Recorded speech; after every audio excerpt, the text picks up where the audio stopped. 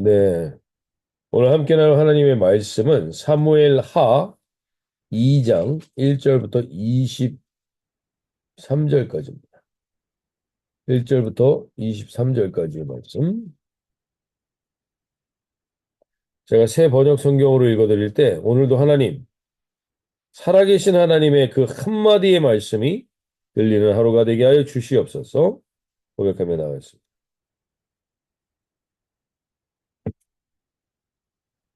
이런 일이 일어난 뒤에 다윗이 주님께 제가 유다에 있는 성읍으로 올라가도 됩니까? 하고 여쭈었다.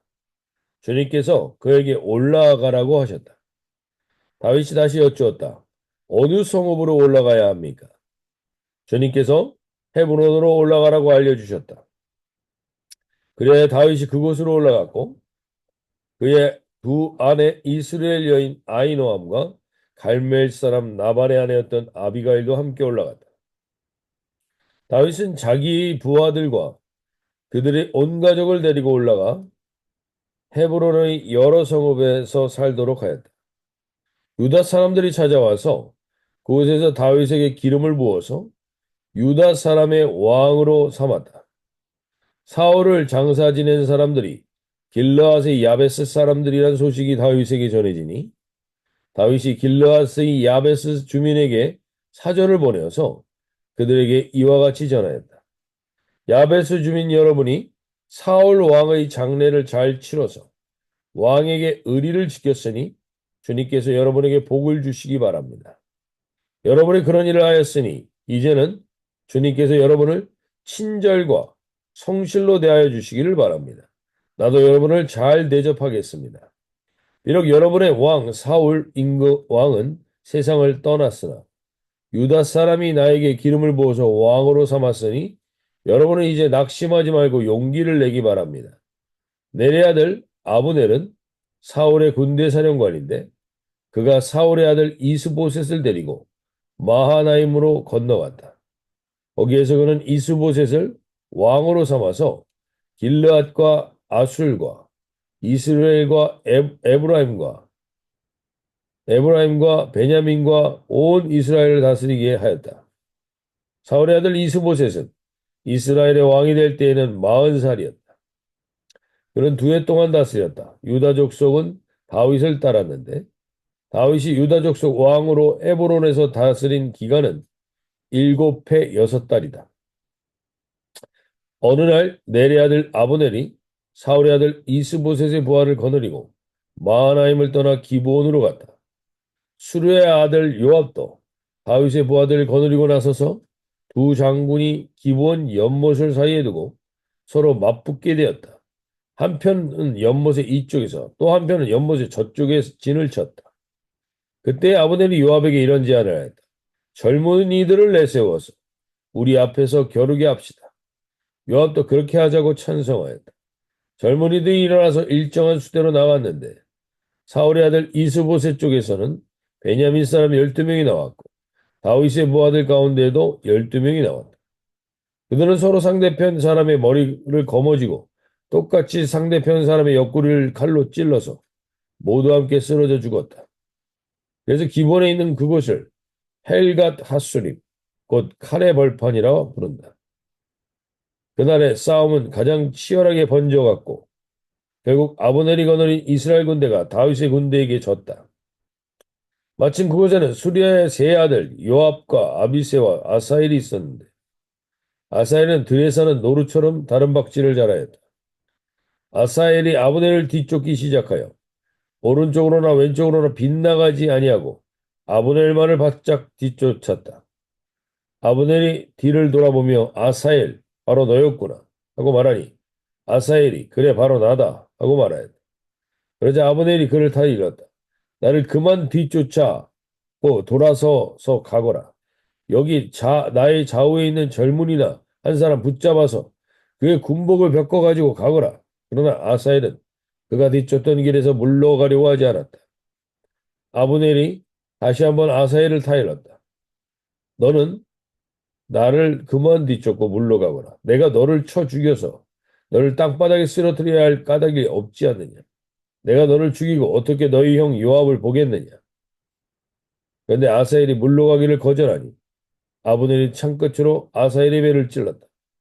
창이 그의 등을 뚫고 나왔으며 그는 그 자리에서 쓰러져 죽었다.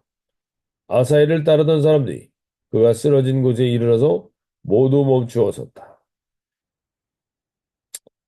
예. 오늘 이제 우리가 어제 사무엘 하를 새롭게 시작하면서 하나님이 다윗을 어떻게 다윗이 어떠한 사람으로서 영적 전쟁 가운데 임하는가를 보았습니다. 오늘 영적 전쟁 두 번째 시간으로서 한번 이 다윗이 이제 비로소 유다에서 왕이 됩니다.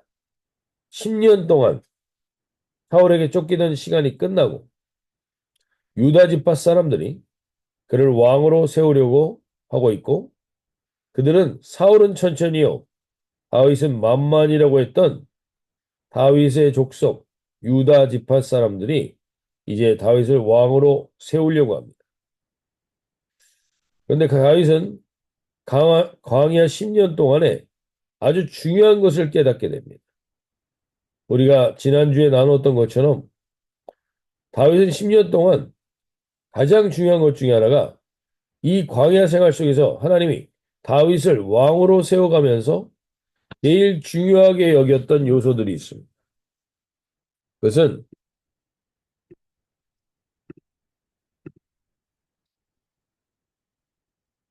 첫 번째가 버려진 한 사람도 원통한 사람, 빚진 사람, 환난당한 사람, 그 한 사람을 절대 우습게 여기지 않았다는 겁니다. 아말렉 소년 하나를 우습게 여기지 않고 그를 살려주므로 그는 승리를 경험하기도 합니다. 그리고 두 번째는 승리자와 낙오자를 구별하지 않는다는 거예요. 내 편, 네 편도 나누지 않습니다.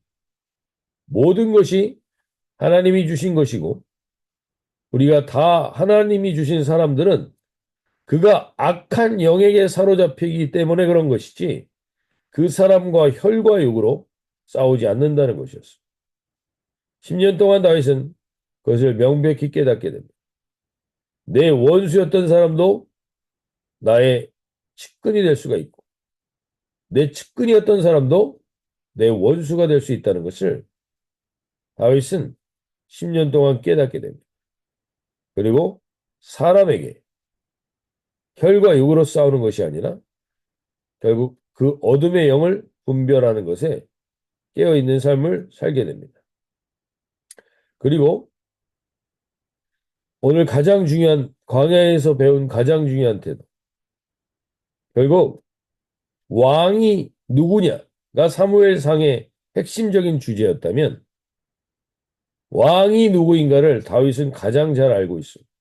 나를 유다의 왕으로 사람들이 세우지만 내 왕은, 내 인생의 왕은 결국 하나님임을 그가 인정하는 표현이 2장 1절입니다.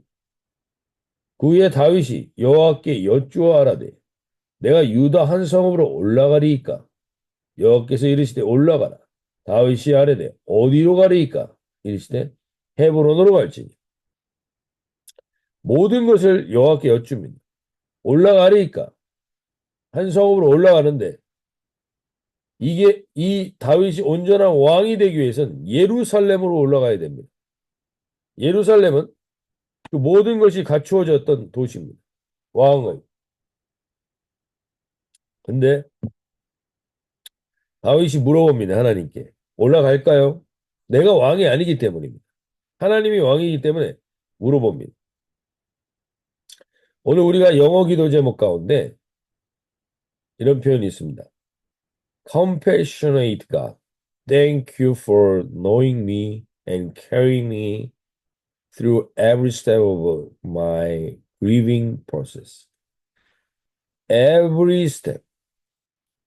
우리의 내가 원치 않는 길, my grieving process. 내가 눈물이 나고 슬픈 일일지라도 하나님이 인도하시는 거리면 그 길을 가겠다는 거예요. 오늘 다윗도 기도합니다. 유다로 올라갈까요? 올라갑니다.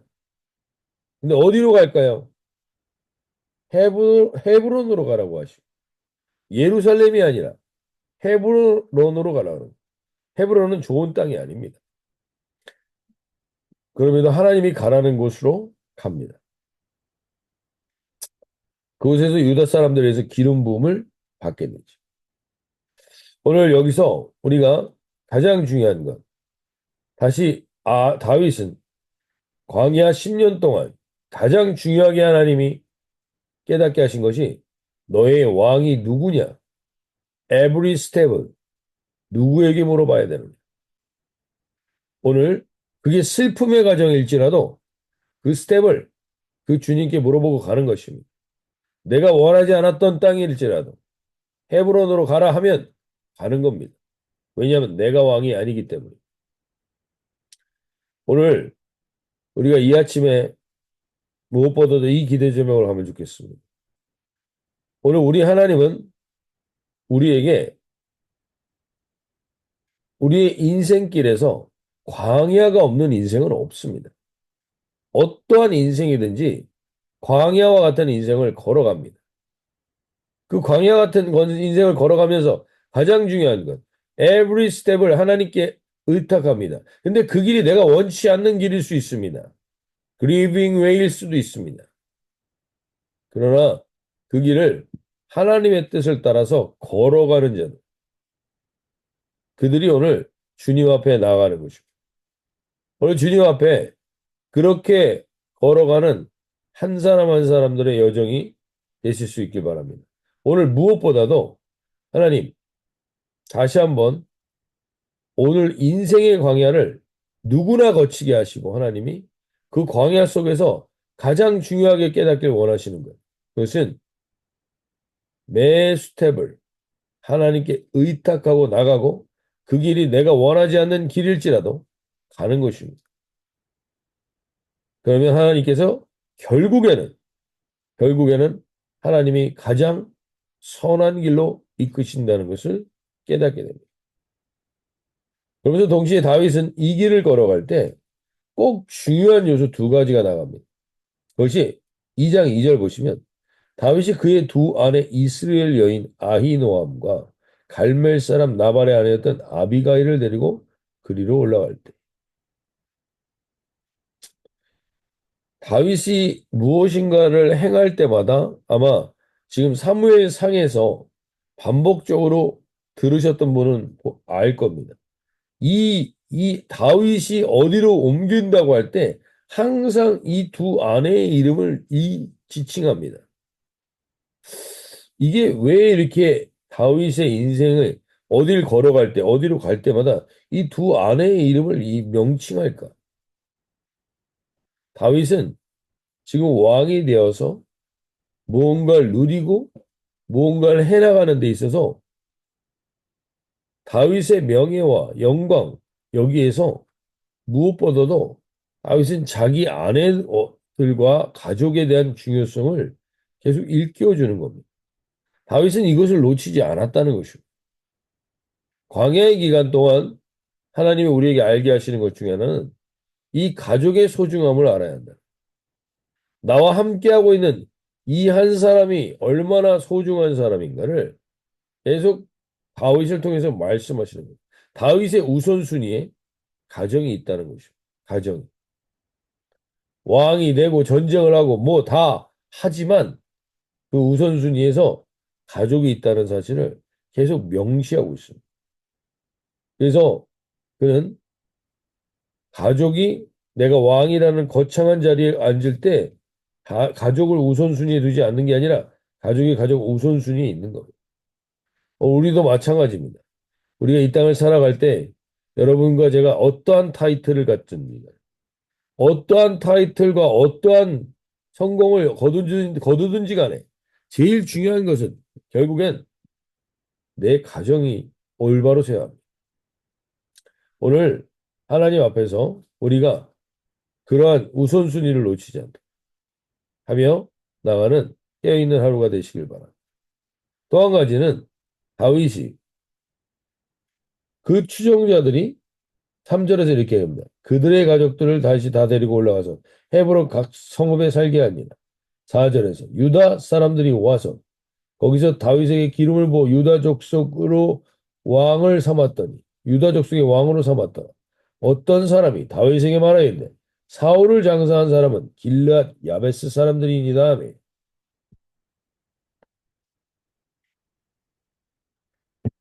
또 한 가지는 우리가 왕으로 서는 다윗에게 중요하게 배울 점이 무엇인가? 그는 왕이라는 타이틀로 서게 될 때 왕의 대적자들이 있을 수 있습니다.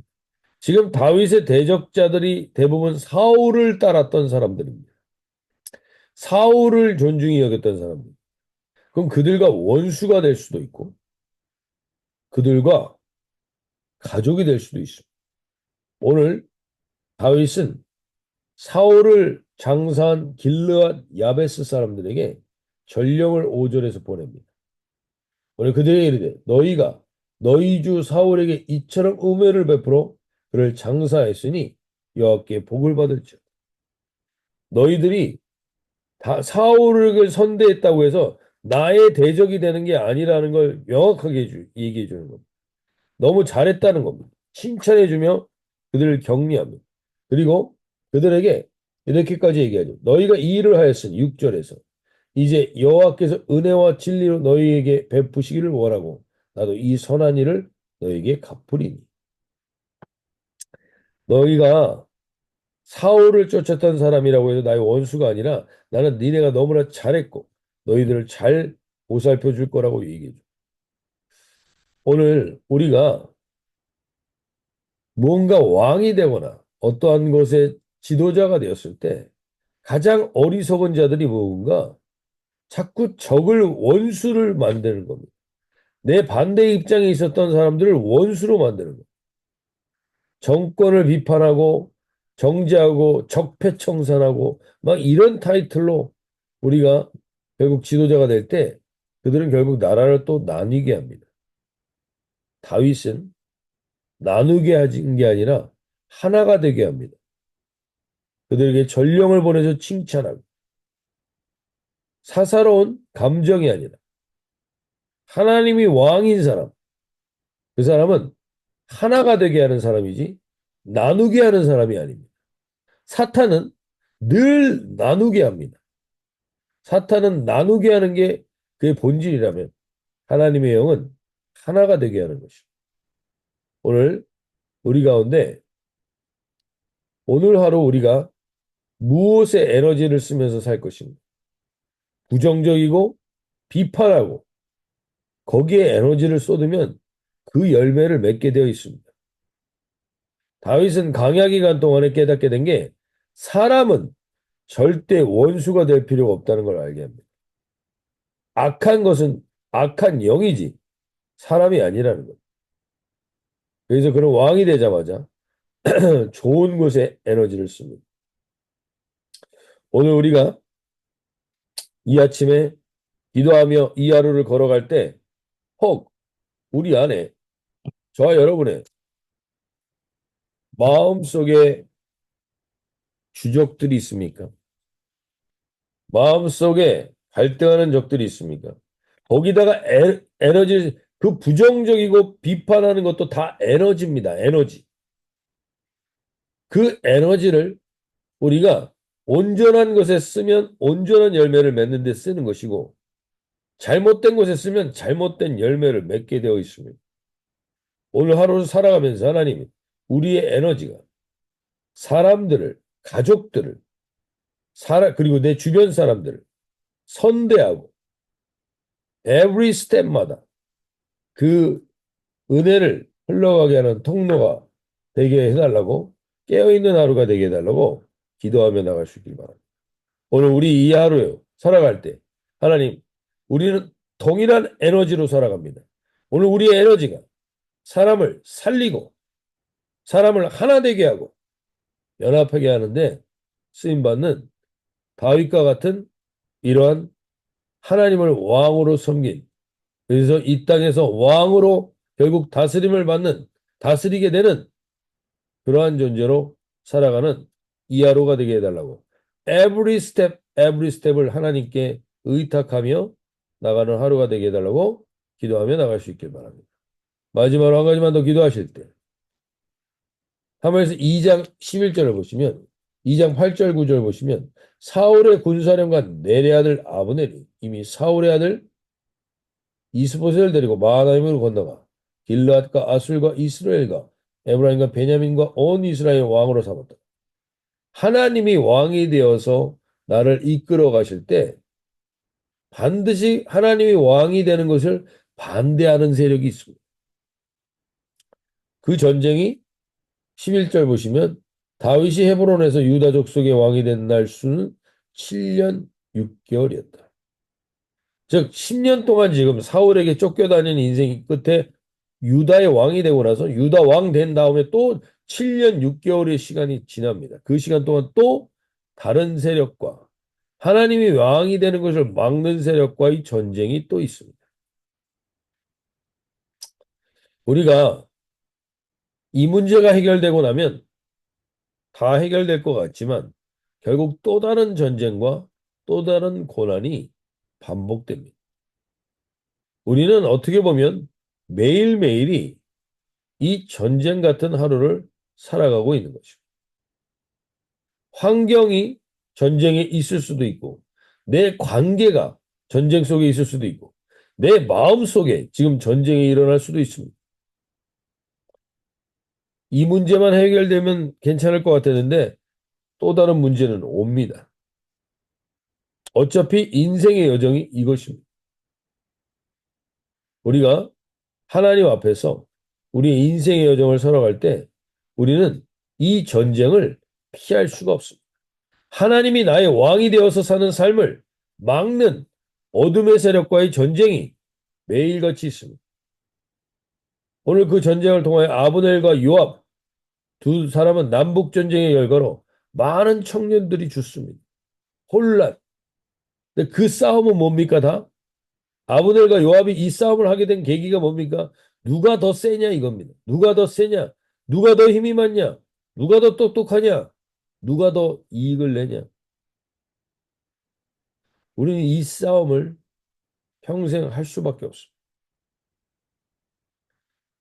이 전쟁에서 우리가 시간과 생명을 낭비하게 됩니다. 오늘 우리가 이 하루를 살아가시면서 하나님, 누가 더 세냐? 누가 더 힘이 많냐? 누가 더 똑똑하냐? 누가 더 많은 재산을 가졌냐? 이런 것에 우리가 싸움을 하게 되면 결국에는 이 아브넬과 요압의 싸움처럼 시간과 생명을 낭비하는 싸움을 하게 되는 거예요. 오늘 하루 우리는 어차피 영적 전쟁을 하면서 살게 될 겁니다. 이 전쟁 가운데 우리가 엉뚱한 것, 누가 더 세고 누가 더 힘이 많고 누가 더 똑똑하고 누가 더 돈이 많고 이것에 시간 낭비하지 않기를 원합니다. 어차피 전쟁은 있습니다. 하나님이 왕이 되는 것을 막는 전쟁이 우리 인생 가운데 있습니다. 그때 저와 여러분께서 기도하며 나갈 때 오늘 시편 24편 다윗의 이 고백이 우리의 전쟁은 상황과 환경에 의해서 끝나는 게 아니라 바로 하나님이 상황이 바뀌고 환경이 바뀐다고 끝나지 않습니다. 바로 누가 왕으로 자정하느냐로 결국에는 이 전쟁은 끝나게 됩니다. 이 시편 24편 제가 읽어드릴 때 오늘 하나님 이 은혜를 가지고 살아가게 해주십시오. 고백하며 나갈 수 있길 바랍니다. 땅과 그 안에 가득 찬 모든 것이 다 모두 다 주님의 것. 온 누리와 그 안에 살고 있는 모든 것도 주님의 것이다. 세번역 성경으로 읽어드리는 겁니다. 분명히 주님께서 그 기초를 바다를 정복하여 세우셨고 강을 정복하여 단단히 세우셨구나. 누가 주님의 산에 오를 수 있으며 누가 그 거룩한 곳에 들어설 수 있느냐. 깨끗한 손과 해맑은 마음을 가진 사람. 깨끗한 손과 해맑은 마음의 핵심은 왕이 하나님인 사람입니다. 왕이 예수님인 사람입니다. 헛된 우상에게 마음을 팔지 않고 거짓 맹세를 하지 않는 사람. 그런 사람은 주님께서 주시는 복을 받고 그를 구원하시는 하나님께로부터 의롭다고 인정받을 사람이다. 그런 사람은 주님을 찾는 사람이요. 야곱의 하나님의 얼굴을 사모하는 사람이다. 문들아, 너희 머리를 들어라. 영원한 문들아, 활짝 열려라. 영광의 왕께서 들어가시다. 영광의 왕이 누구시냐? 힘이 세고 용명하신 주님이시다. 전쟁의 용사이신 주님이시다. 문들아, 너희 머리를 들어라. 영원한 문들아, 활짝 열려라. 영광의 왕께서 들어가시다. 영광의 왕이 누구시냐? 만군의 주님, 그분이야말로 영광의 왕이시다. 우리의 영적 전쟁, 이 전쟁과 같은 상황은 결국 영광의 왕인 주님이 이 모든 닫힌 문들을 열고 들어오실 때 끝나는 것입니다. 세상 사람들이 나를 왕으로 세운다고 끝나는 게 아닙니다. 오늘 주님이 나의 왕이신 이 깨끗한 손과 해맑은 마음으로 살아가는 영광의 왕의 주인이 되어신 복된 하루가 되시기를 소원합니다. 자, 이렇게 기도하시며 나가겠습니다.